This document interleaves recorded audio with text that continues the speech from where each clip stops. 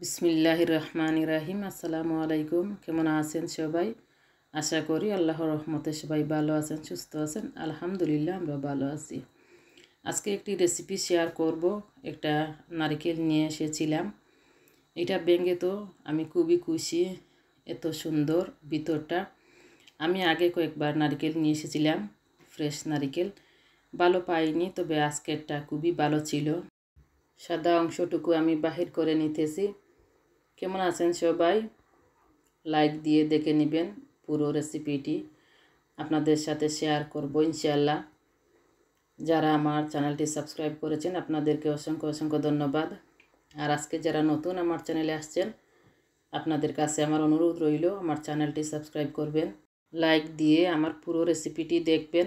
আমি কোকোনাটের উপরের যে আবরণটি ফেলে দিতেছি, ফেলে দিয়ে আমি ছোটো করে কেটে গ্রাইন্ডারের সাহায্যে আমি গ্রাইন্ড করে নেব। আমি ফ্রেশ নারকেল দিয়ে তেমন একটা করি না, আমি ফ্রোজেন নারকেল কিনতে এই দেশে পাওয়া যায়, এইটা দিয়ে করে থাকি। আপনাদের কাছে যাদের কাছে আর কি মনে হয় যে একটু ঝামেলা হয়ে যাবে, আপনারা ফ্রোজেন প্যাকেটের যেটা কিনতে যদি পান এটা দিয়ে করতে পারেন। এই যে ছোটো করে কেটে নিয়েছি, এখন আমি গ্রাইন্ডারের সাহায্যে গ্রাইন্ড করে নেব।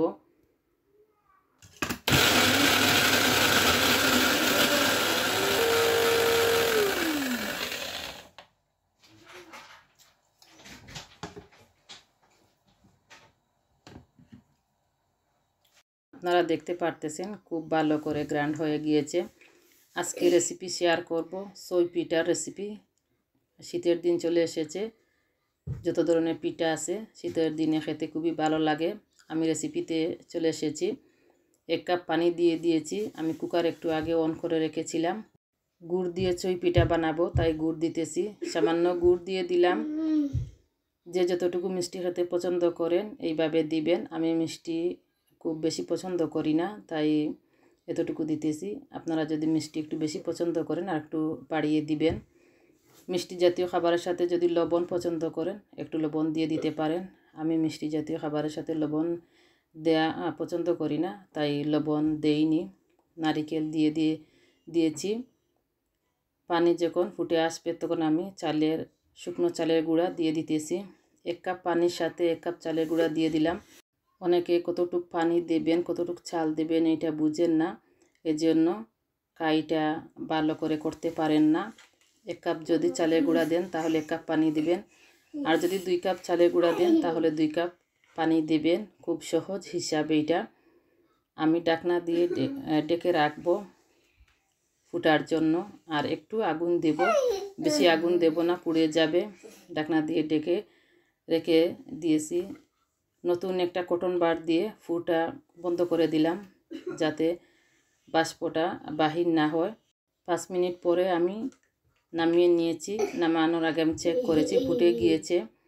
আমি এখন ডো বানাবো না, খাই বানাবো না। একটু ঠান্ডা হওয়া পরে, আপনারা একটু বাচ্চাদের শব্দ শুনতে পারতেছেন, কিছু মনে করবেন না প্লিজ।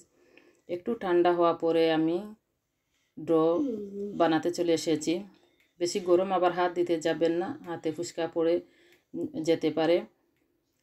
যেভাবে হাত দেওয়া যায় ডো বানানো যায় এতটুকু গরম থাকতে হবে, আবার বেশি ঠান্ডাও করতে যাবেন না, না হয়তো কাইটা খুব ভালো হবে না।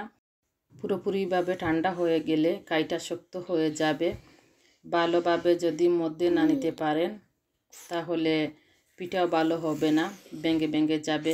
অনেকে এটা জানেন না, ভালো করে মধ্যে নিতে হয়। যে দেখেন আমি খুব ভালো করে একটু সময় নিয়ে আপনারা মধ্যে নেবেন, না হয়তো পিঠাগুলো ভালো হবে না, আঠালো আঠালো হয়ে যায়, না হয় ভেঙে যায়। আশা করি নতুন যারা আছেন আমার এই রেসিপিটি ফলো করলে আপনাদের পিঠা খুবই ভালো হবে, পারফেক্ট হবে। আমি 100% গ্যারান্টি দিতে পারবো। আমি এইভাবে সবসময় করে থাকি। খুব ভালো করে মধ্যে নিলে পিঠা ফেটে যায় না বা আঠালো হয় না। আমি অনেক সময় নিয়ে মধ্যে নিয়েছি ভালো করে মধ্যে, তারপরে আমি বাটিতে রেখে একটা প্লেট দিয়ে ডেকে রাখবো। এই যে আমি একটা প্লেট দিয়ে ডেকে রাখতেছি। আমি আরেকটা রেসিপি শেয়ার করব মেড়া পিঠার। এটা মিষ্টি ছাড়া। 2 কাপ পানি দিয়ে দিলাম, এর সাথে আমি 1 টেবিল স্পুন তেল দিয়ে দিতেছি।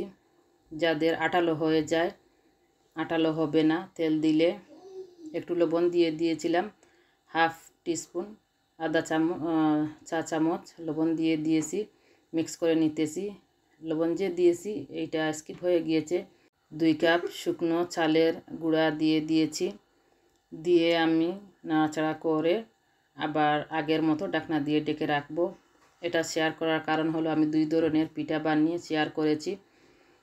তেল দিলাম কারণ মিষ্টি যেটা বানিয়েছিলাম এটার মধ্যে তেল না দিয়ে আপনাদেরকে দেখিয়ে দিয়েছি।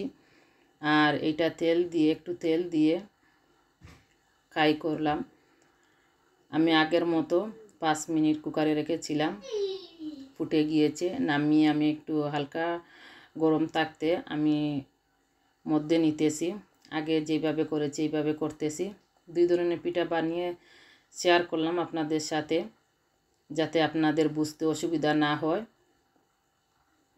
আমার 2 টাকায় কিন্তু পারফেক্ট হয়ে গিয়েছে।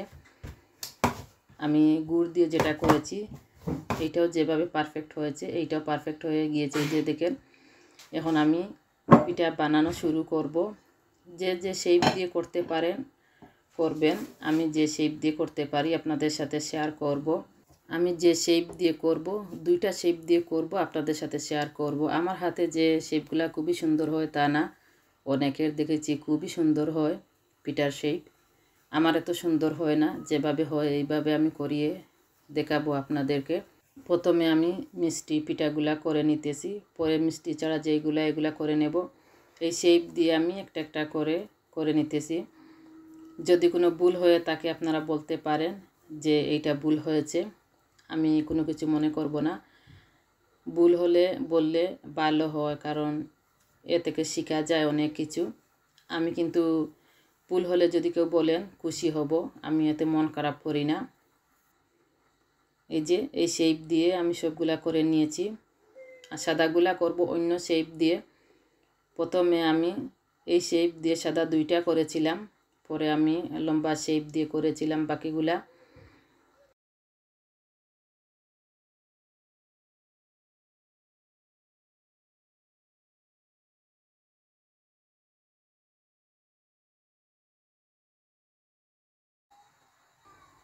দুইটা শেপ দিয়ে আমি পিঠাগুলা করে নিয়েছি। তবে খুব যে একটা সুন্দর হয়েছে শেপগুলা তা না, দেখেন যেভাবে হয়েছে আলহামদুলিল্লাহ। পিঠাগুলা এখন আমি ভাপ দিয়ে দিতেছি। একটা স্টিমারে পিঠাগুলা নিয়ে নিতেছি। পাতিলের মধ্যে আমি পানি আগে বসিয়ে রেখেছিলাম, পানি ফুটে গিয়েছে।